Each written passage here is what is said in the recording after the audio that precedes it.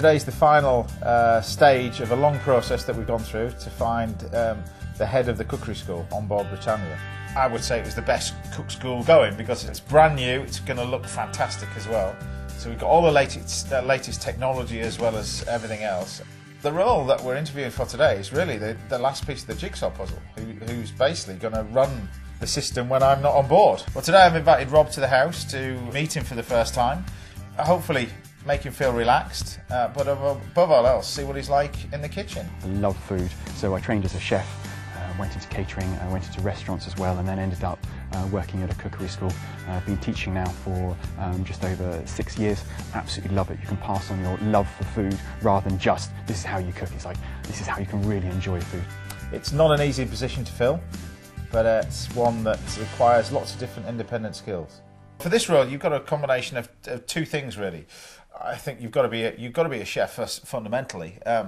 So you've got to have the knowledge and the background and the skills. But mostly, I'm after a communicator as well, somebody who can communicate all those skills that they've learned in a simple, straightforward manner. 3 main challenges to do today. So the first challenge is mackerel, fillet it and pin bone it. It's actually quite straightforward.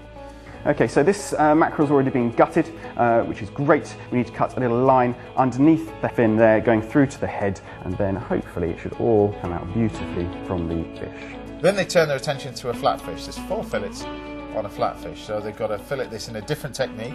So just holding on slight angles, you get all the flesh off. It's simply when you get the head and the tail, pop it over like so, and then it cooks in at an even rate rather than tail bit drying out.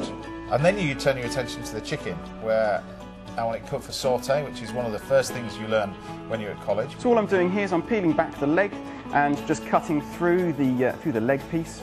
And then you're going to take part of that chicken, i.e. the breast, pat it out, and then you're going to do flour, egg and breadcrumb, which is technically called pané. And coat that generously in breadcrumbs, tapping off any excess. And that way you haven't panéed your fingers.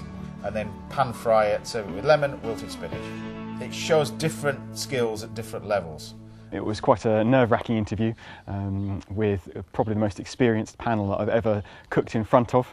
So a lot of pressure just to make sure everything was done exactly perfectly because they did have a look up close and personal to check exactly what was going on. It's the first time in with the British fleet that we've actually got a culinary school, and I think to actually come in and actually start it from the beginning and actually be part of the process, plus the fact of working with James Martin, you know, have that on your CV as a fantastic opportunity. It's exciting times for us all, really.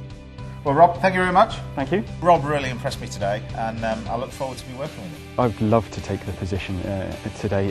It's been a fantastic opportunity. It's a completely different environment to work in, but to work with such a passionate team about food, that's all you can ask for in a job. You really enjoy the job, you enjoy who you're working with, and the end product, the people who have come on the cookery courses have loved it. We've got still a lot to do and a lot to learn, but we have got the final piece in the jigsaw puzzle. Now the hard work really starts.